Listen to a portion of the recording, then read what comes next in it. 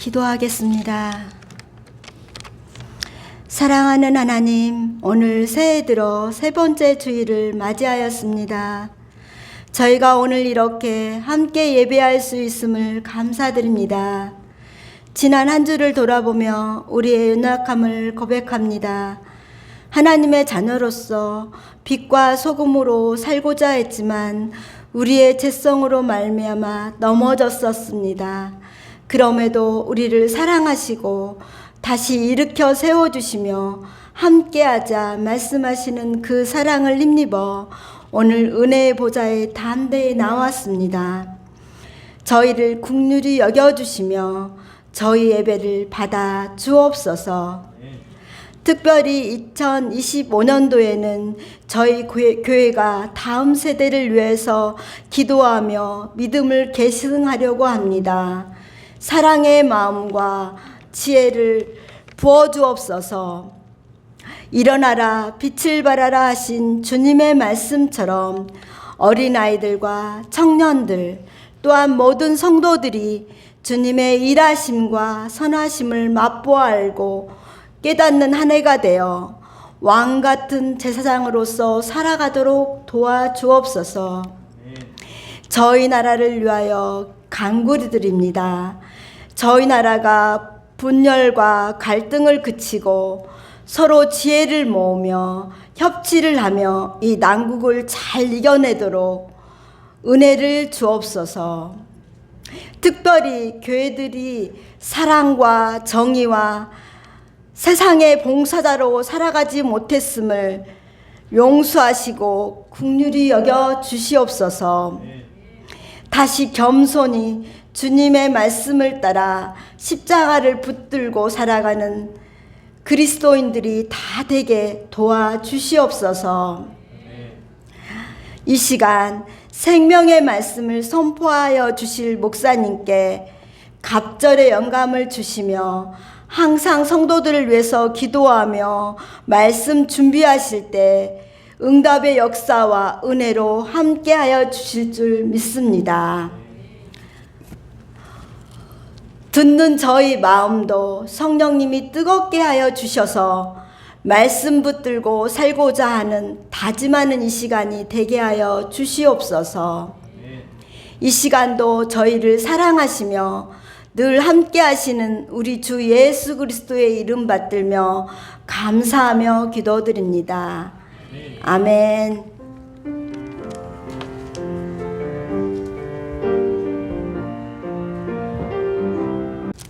오늘 따라서 볼까? 인간의 계획과 하나님의 경영하심, 이런 말씀으로 함께 은혜를 나누고자 합니다. 재밌는 주제이고 또 우리가 한번 생각해 봐야 될 이야기인데 오늘 그 이야기를 담아낸 아주 중요한 메시지가 이 안에 있습니다. 2025년을 시작하면서 마음의 불안이 쉽사리 그치지 않아요. 말씀으로 이기지 않으면 금세 불안해집니다. 사람이 너무나 악해요. 요즘에 느끼는 게 정말로 악하구나. 힘과 권력을 가지면 그 악이 본성이 드러나는구나 생각을 합니다. 상황과 조건이 변하면 사람이 변해요. 그렇지 않아요? 그리고 악한 사람들이 힘을 꽉 쥐고 있는 것처럼 보입니다. 하지만 그 말은 우리에게 위로와 소망이 되기도 해요. 왜냐하면 사람들이 모든 준비를 다 갖췄다고 생각하는데 완벽하게 보지 못하는 부분이 생겨요. 예상하지 못하는 일이 생깁니다. 무슨 얘기냐고 하면, 다시 이야기하면 악한 사람이 완전한 계획을 세웠다고 생각해서 밀어붙이는데 틈이 생겨서 싹 빠져나가요. 예상하지 못한 일이 생깁니다. 하나님의 백성들의 계획들도 완전할 리가 없습니다. 우리도 여러 가지 계획을 세우죠. 2025년을 이렇게 시작해야겠다 계획을 세웁니다. 그 계획이 우리의 뜻대로 안 될 때가 많을 거예요. 중요한 것은 사람은 불완전하다는 거예요. 그래서 우리는 나 자신도 예측 못하고 세상도 예측할 능력이 없어요. 그래서 모든 통계를 다 계산하고 모든 전문가가 되어서 기도를 열심히 하고 주식을 투자하면 어떻게 됩니까? 망합니다.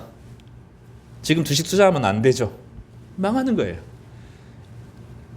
불가능합니다. 예측이 불가능한 시대에 살아갑니다. 그래서 이 부족함을 탓하게 돼요. 나를 탓하고 다른 사람을 탓하게 되고 세상을 탓합니다.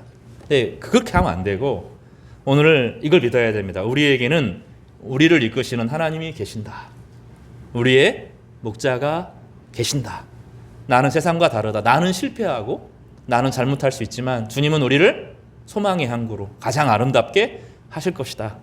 내가 아니라 주님을 이끄시는 우리 성도 되시기를 바랍니다. 여호와는 나의 목자시니 내가 부족함이 없으리로다. 이 다윗의 어린 시절의 고백이 평생의 고백이 되었던 것처럼 우리도 그렇게 고백할 수 있게 되기를 주님의 이름으로 축복합니다. 이 고백을 잠언서 16장 9절은 이렇게 바꾸어서 말합니다. 따라서 해볼까요? 사람이 마음으로 자기의 길을 계획할지라도 그의 걸음을 인도하시는 이는 여호와시니라. 오늘 그 메시지를 여러분과 함께 나눠 보겠습니다.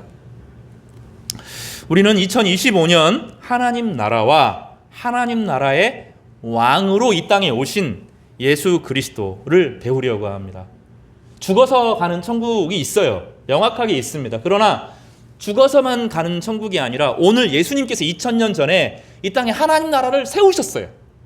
그 나라는 힘과 권력이 지배하지 않는데도 불구하고 계속 유지가 되고 말씀과 성령으로 존재하는 나라인데 견고하고 흔들리지 않습니다. 그 분께서 예수님께서 우리를 종으로 삼지 않고 하나님 나라의 왕으로 함께 다스리도록 하셨어요. 이게 이제 우리에게 중요한 주제가 됩니다. 하나님께서는 우리 성도들이 세상에서 주도권을 가지고 살아가기를 원하십니다. 성령 안에서 자유를 주셨습니다. 이 성령 안에서 자유를 누리면서 우리가 왕 같은 제사장으로 어떻게 세상을 살 것인가를 우리는 사무엘상을 통해서 배울 텐데 성령께서 어떻게 우리를 이끌어 가시는가 하는 그 서론으로 우리는 야곱과 이삭에서 그 이야기를 좀 살펴보는 것입니다. 지난주 우리는 야곱과 에서의 거래에 대해서 살펴보았습니다.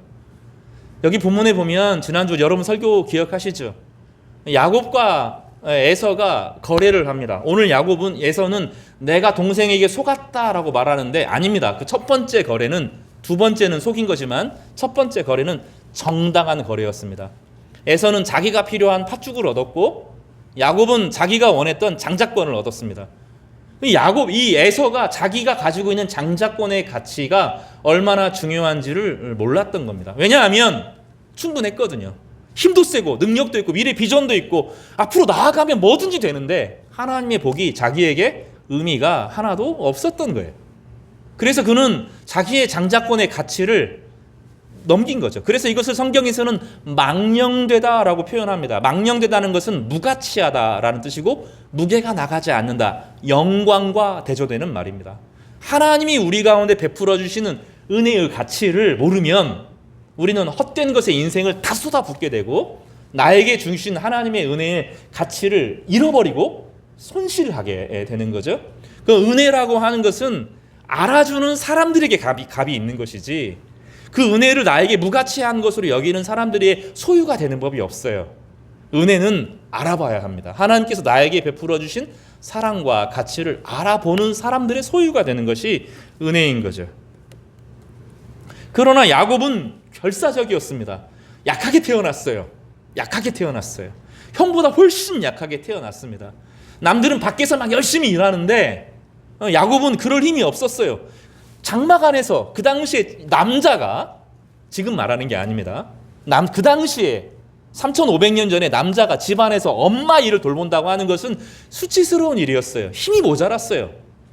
형은 머리만 좋은 게 아니라 몸만 좋은 게 아니라 머리도 좋았어요. 나중에 제가 지난주에 설교한 것처럼 이 에서 가문이 머리가 아주 좋습니다.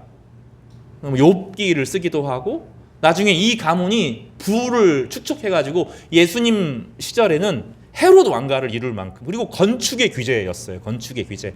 이 사람들이 그 로마에 있는 콜로세움을 세운 사람들이 바로 이 사람들입니다. 그러니까 엄청 탁월한 세상에서 모든 걸 다 가진 사람이에요. 근데 야곱은 아무것도 없었어요.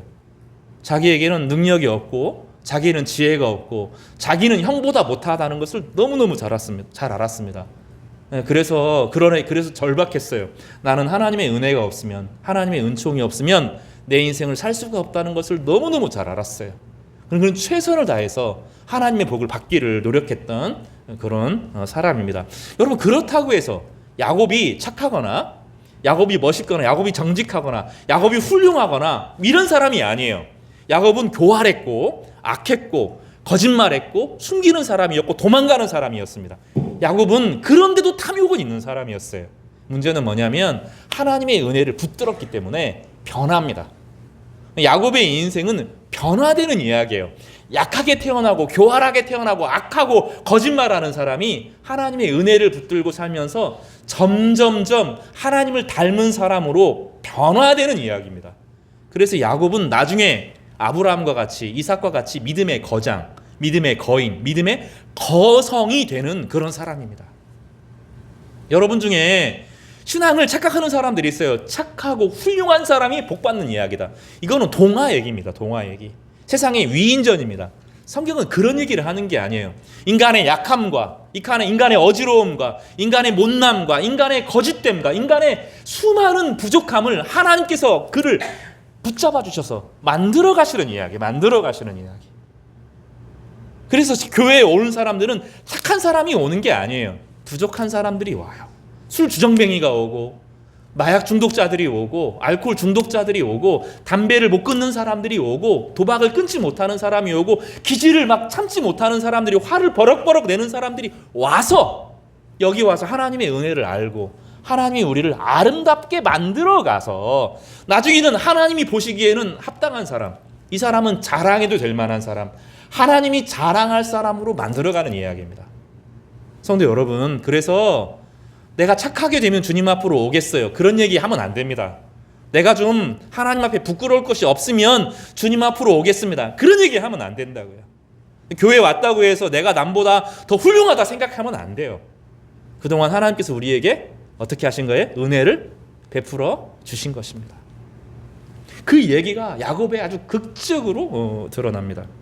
야곱은 부족하고 못나고 악한 사람이었지만 자신에게 하나님의 은혜가 필요하다는 것을 알았고 은혜를 사모했고 은혜를 붙들었습니다.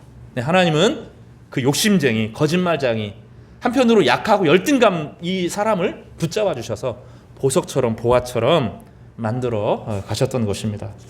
오늘 그 중요한 분기점의 이야기를 좀 함께 하려고 합니다. 오늘 이야기는 사실은 26장에서부터 시작합니다. 이삭은 아브라함의 아들로 태어났고 아브라함의 아들로서 크게 막 성공하고 성장하는 그런 이야기가 없습니다. 26장에 가면 비로소 영적 체험을 합니다. 하나님 체험을 합니다. 이 하나님의 체험이라는 것이 무엇입니까? 믿음으로 살면 하나님께서 길을 열어주신다는 체험을 하는 거죠. 주술이 아니라 믿음으로 살아갈 때 하나님께서 길을 열어주신다는 것을 알게 된 겁니다. 그 대표적인 것이 얼마 전에 설교했던 것처럼 우물 싸움입니다. 우물. 아브라함이 주신 땅에 살아가는데 그 지역의 다른 사람들이 이삭이 우물을 파면 그거 우리 거야 하고 쫓아냅니다. 그럼 이삭은 내 거야 하고 싸우는 게 아니라 내 인생은 하나님께서 이끄실 거야 하고 한 발짝 물러서서 또 우물을 팝니다. 물이 팡 쏟아져 나와요. 우리나라는 어디나 물을 파면 쉽게 나올 수 있지만 팔레스타인은 물 찾는 게 그렇게 어려워요. 근데 거기서 물을 파면 물이 또 나와요. 그러면 또 다른 사람들이 와가지고 이 땅 내 거야 하면 또 물러서요. 물러서고 또 우물을 파면 또 물이 팍 쏟아져 나옵니다. 점점점 불리한 지역으로 가는데, 넓은 지역으로 가는데, 목초지로 가는데 우물이 없어서 양을 칠 수 없는 곳에 가는데 거기서 물이 나오는 거죠. 그래서 나중에는 르호봇, 넓은 곳으로 부엘세바로까지 가면서 이삭이 거부가 되는 이야기가 26장에 거론됩니다. 그때 야곱은 두 가지 경험을 합니다. 하나님이 정말로 살아계시는구나, 이거 깨닫습니다. 근데 시간이 지나면서 자신의 것으로 만족하게 되는 그런 일이, 비극이 벌어지죠. 깊은 비극은 아니지만 오늘 27장의 이야기는 이삭의 영적인 회복의 여정을 다루고 그 안에 아들 야곱의 변화를 다루는 아주 중요한 이 두 가지 이야기가 겹치는 그런 이야기라고 하겠습니다. 먼저 26장 1절에서부터 4절까지의 내용을 살펴보겠습니다. 27장입니다. 27장 1절에서 4절까지를 보겠습니다. 이삭이 나이가 많아 눈이 어두워 잘 보지 못하더니 라고 하는 배경이죠. 나이가 많아졌어요. 눈이 침침해지고 보이지 않기 시작합니다. 그리고 마음으로 내가 이제 죽을 때가 가까이 왔구나 이런 것을 깨달아요.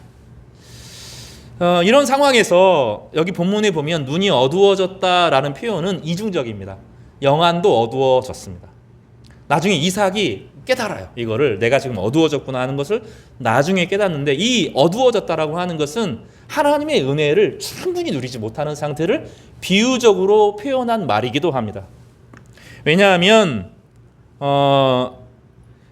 4절에 보면 이런 이제 4절에 구체적으로 드러나는데, 내가 즐기는 별미를 만들어 내게로 가져와서 먹게 하여 내가 죽기 전에 내 마음껏 내게 축복하게 하라라고 자기 처아들을 불러요.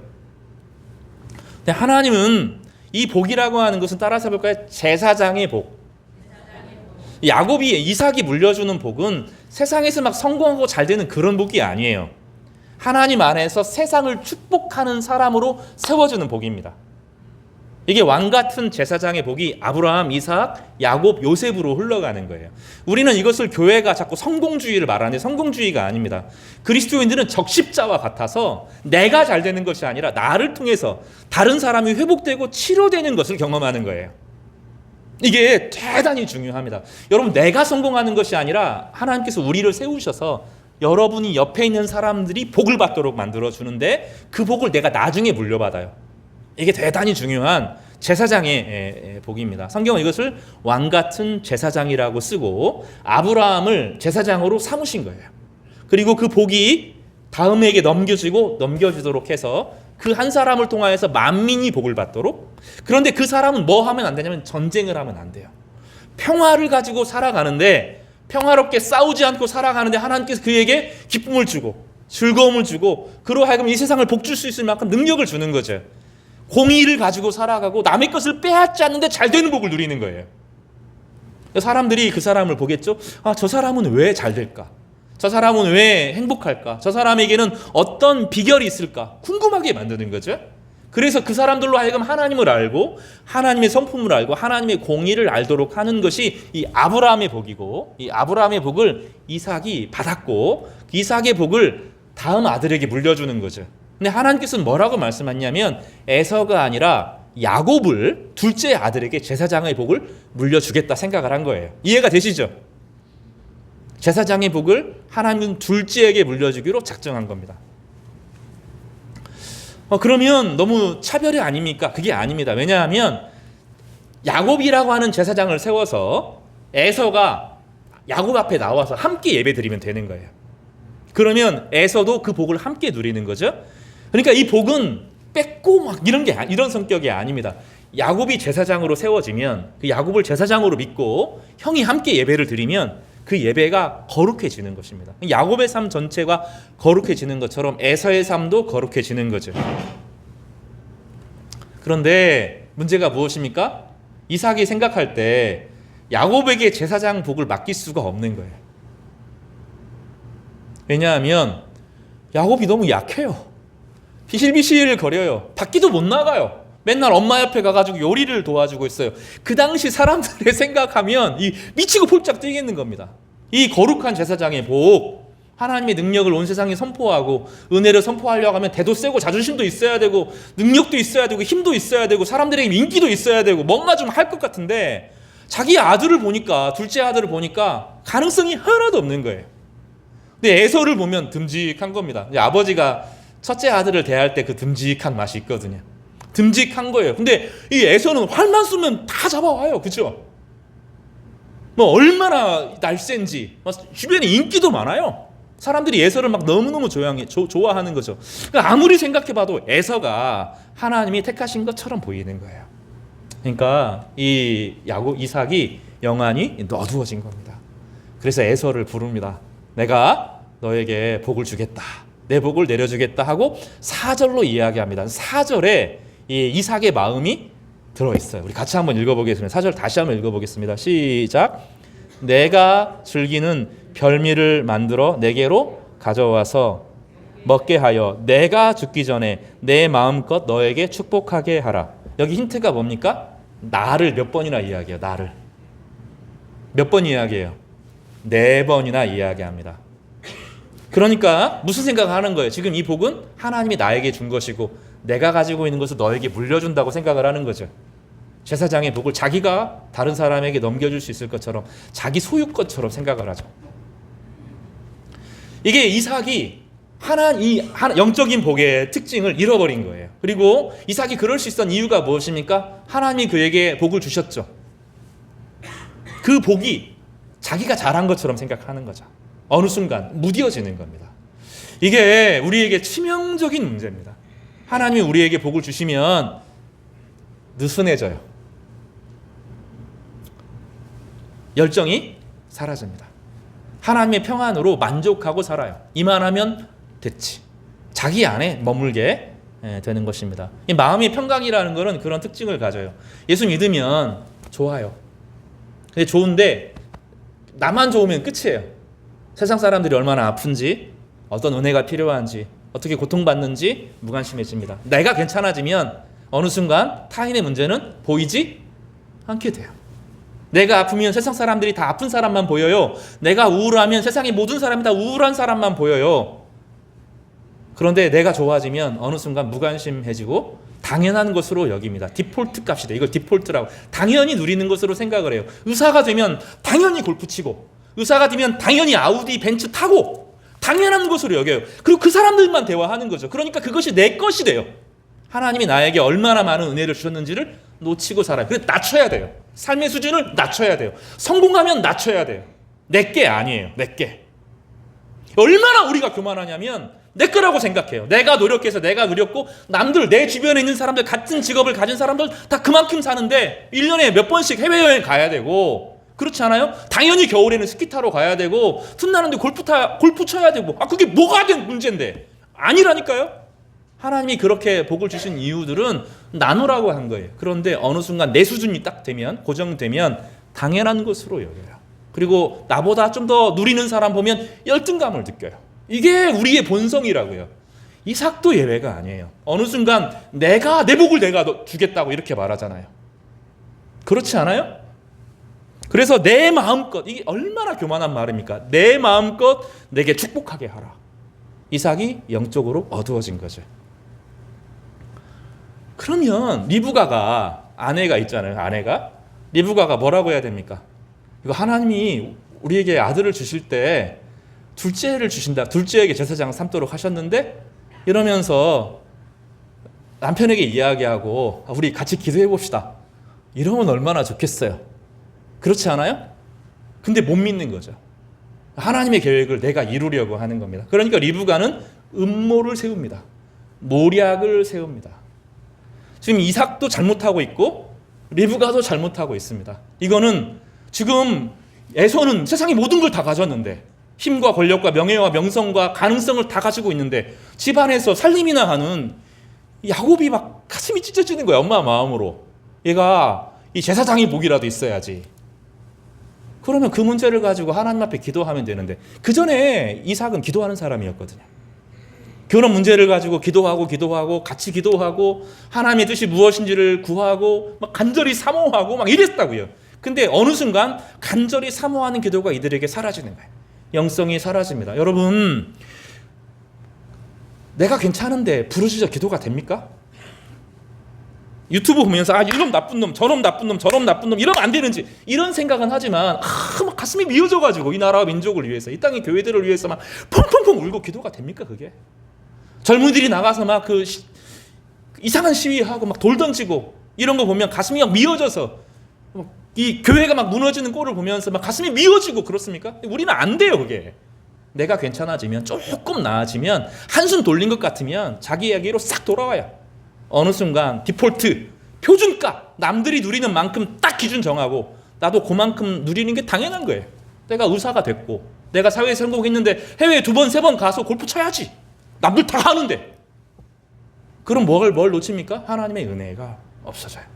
싹 사라집니다. 그걸 교만이라고 부르는 거예요. 하나님의 은혜가 더 이상 그에게 영향을 미치지 못합니다. 자기가 누리고 있는 것이 그의 전부가 되는 거죠. 그래서 모든 것이 내 것이 되는 거죠. 거기에 리브가가 딱 대결하는 거죠. 아들, 둘째 아들 챙겨야 되는데 뭐 합니까? 아빠 속이자, 이렇게 나오는 거예요. 그때 같이 좀 기도했더라면. 원래 이삭은 기도하는 사람이었잖아요. 리브가도 깊은 영성은 아니지만 참 처음에 시작이 좋았거든요.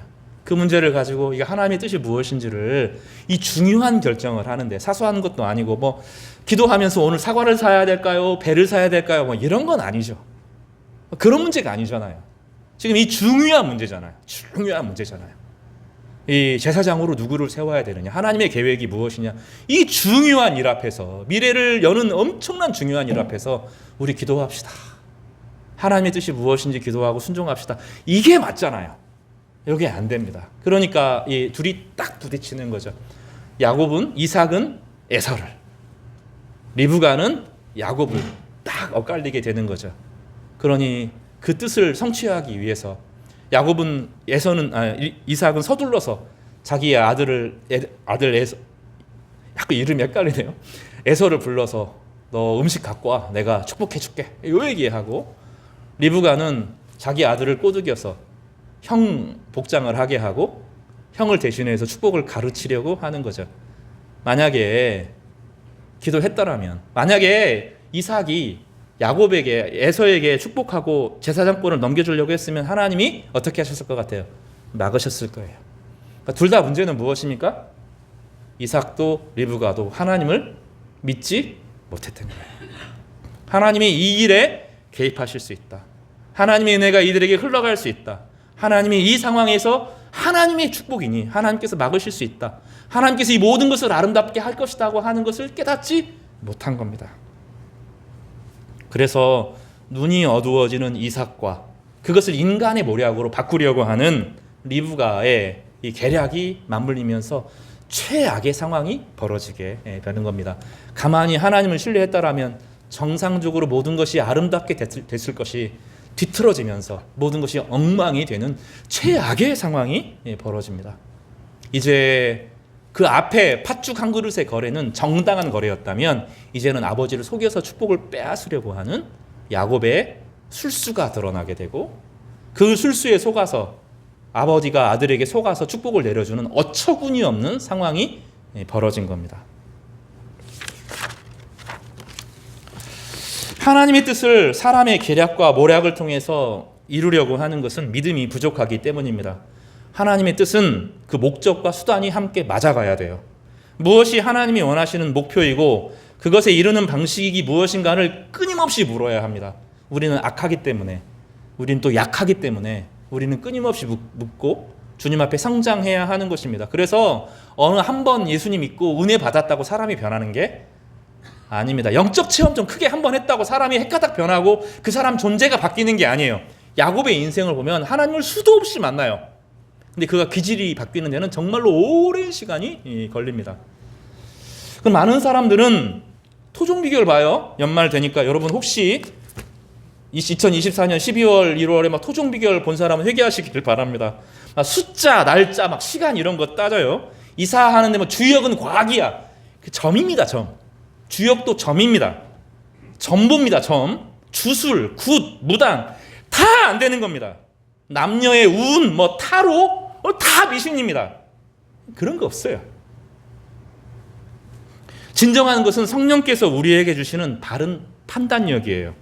이 판단력은 하나님의 성품에 대한 묵상에서 나옵니다. 이것을 자유라고 부릅니다.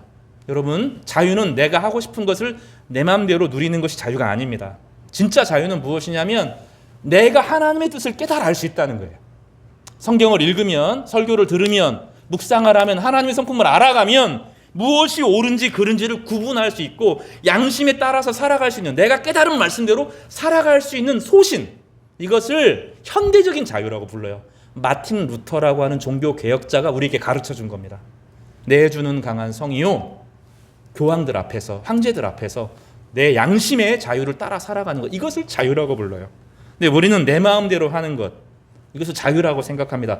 대한민국, 자유 대한민국은 내 마음대로 하는 나라, 그거 자유 아닙니다. 그 자유란 그 자유들은 결국은 타인의 자유를 빼앗고 침해하는 자유가 되는 거죠.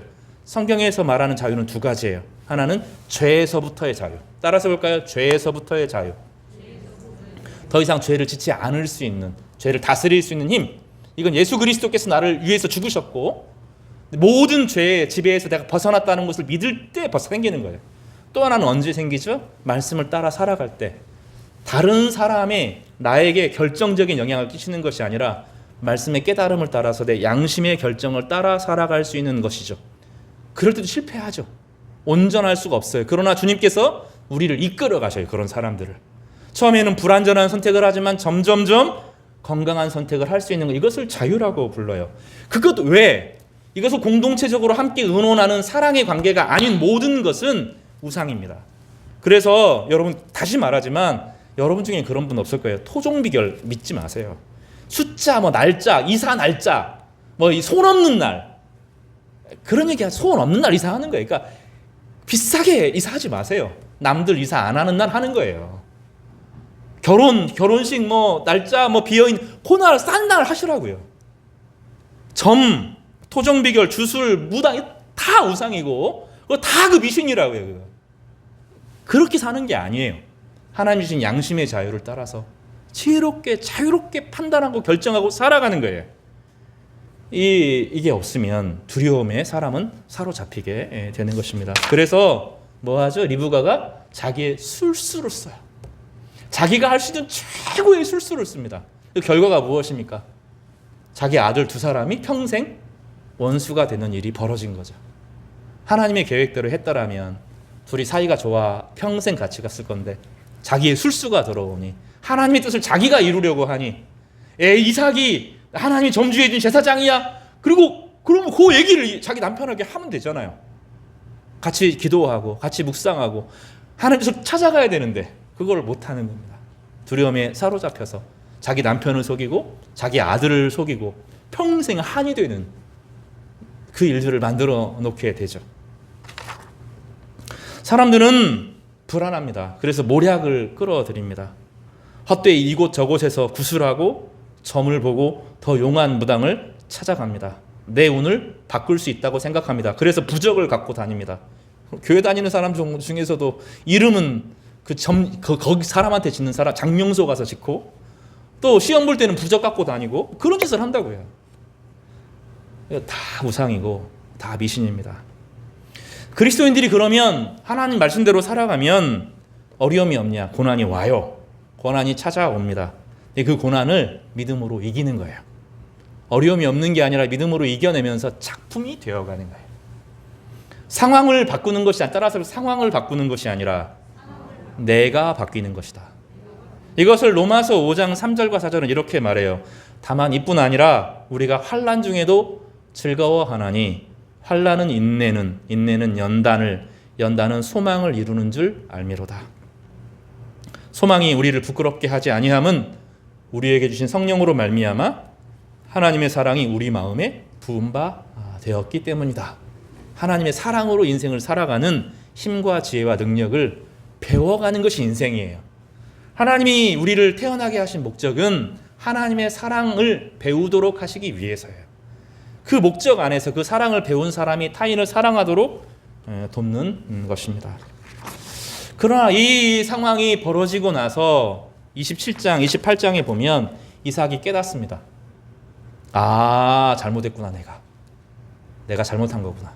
하나님의 내가 에서를 원하고 에서를 제사장 삼으려고 했는데 이 계획이 엉뚱하게 틀어지는 것을 살펴보는 거죠.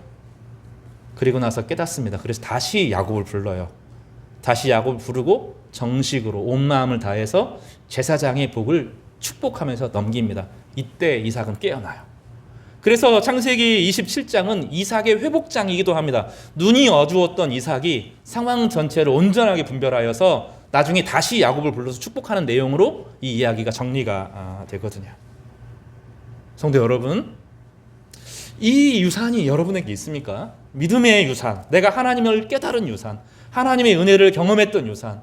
그래서 그 제사장으로 살아간 사람이 우리 자녀들에게 제사장의 복으로, 제사장으로도 인생을 살아가도 하나님께서 너를 견고하게 하실 거야 라고 축복할 수 있습니까? 가진 게 없는데 어떻게 복을 줘요, 그죠? 여러분에게 믿음의 유산이 있기를 바랍니다. 이래서 27장이 그렇게 중요해요.